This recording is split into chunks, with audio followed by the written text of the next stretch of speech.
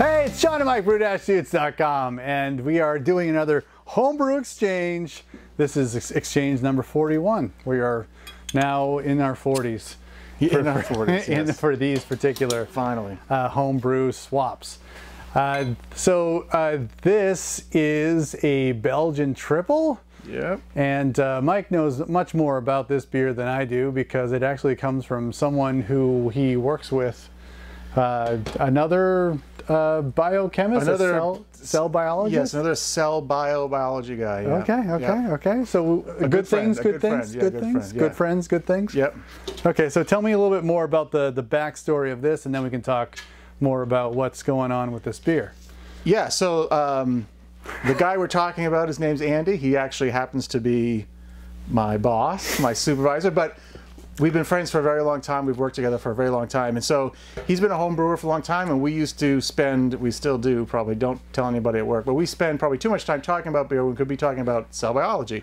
Anyway, he brewed this Belgian Triple that, this is like this, he's brewed it more than one time. This is probably, I think, his second time or whatever. I remember him telling me about this beer and how much he really enjoyed it.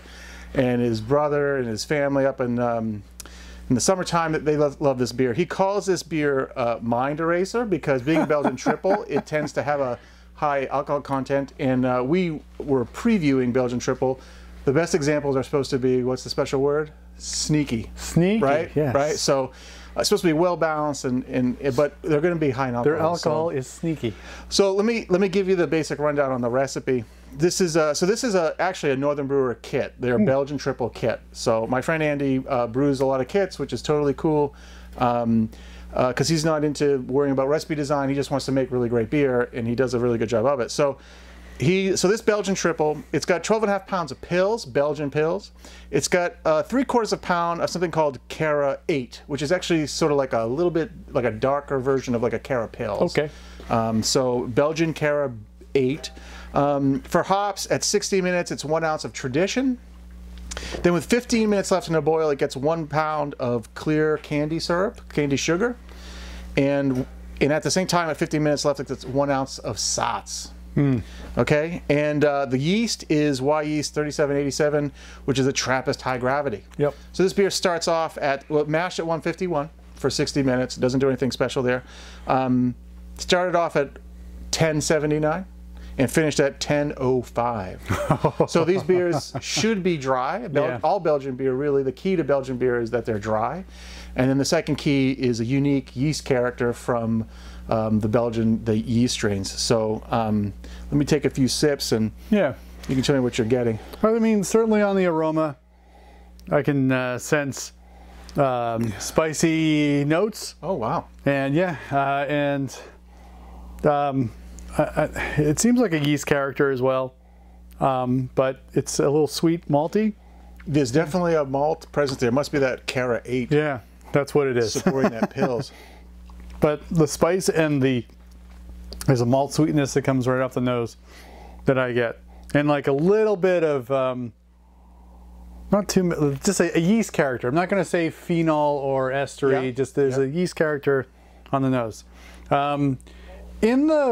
In the appearance, it's a little darker than what I was expecting, just from me too. What the guidelines say. Even on camera over here, it's a little bit lighter. It's really pushing the high end of the color, right? The guidelines are more of like a deep straw, mild golden, right? Yeah. This is pushing deep gold, like starting to border into amber. Yeah. Right. You know, a strange colored amber. Really. And so, you know, that's got to be the Cara 8, which is Northern Brewer's recipe design. So whatever, but that's what it is. That's what it is. In terms of the flavor, I think what you pick up in the aroma kind of comes through. Yeah. There is a spiciness. There is you know, that malt quality comes through.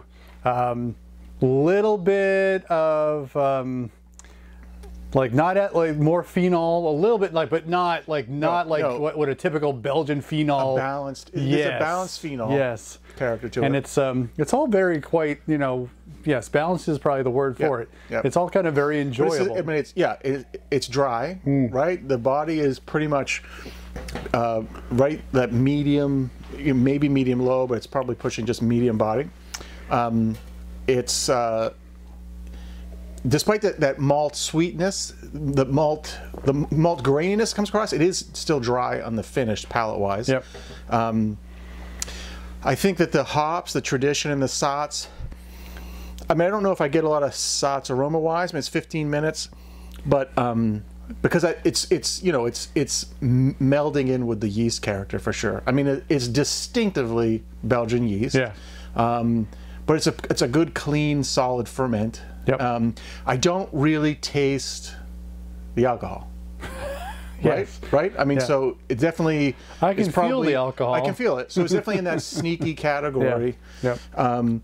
So some of that sweetness too would be a little bit of the ethanol. Ethanol tends to taste sweet. Yep.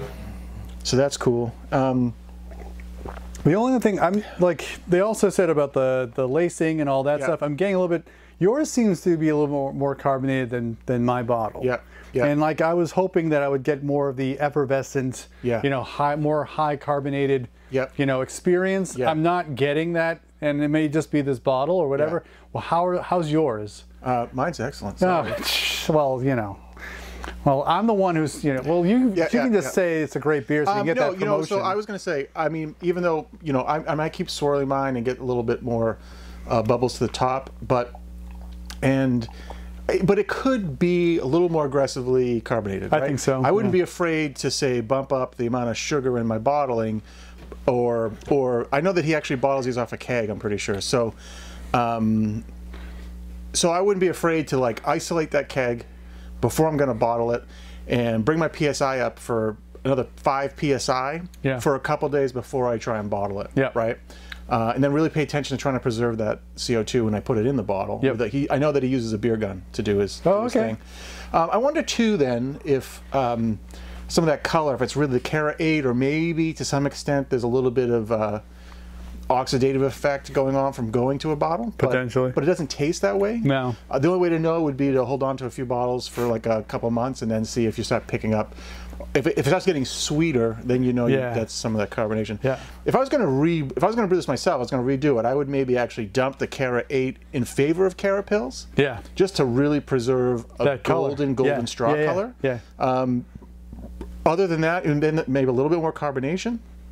Other than that, though, I think everything else is spot on. Yeah, I think the dryness, the ferment was the good. yeast character is there, and in the alcohol at 9% is well hidden and restrained, for sure. A very enjoyable beer. I agree. He drinks this in the summer.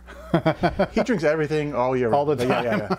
Yeah. No, he actually his other big thing is he brews a Kolsch that actually adds honey to. Yeah. He makes this famous great honey Kolsch. So this is lake beer, man. This is by name and by location. They put these back and then they retire to the Kolsch, right? So you drink a few of these to get psyched, get primed up, ready to, and then you spend the rest of the night with some good Kolsch. Take the boat out and go nuts.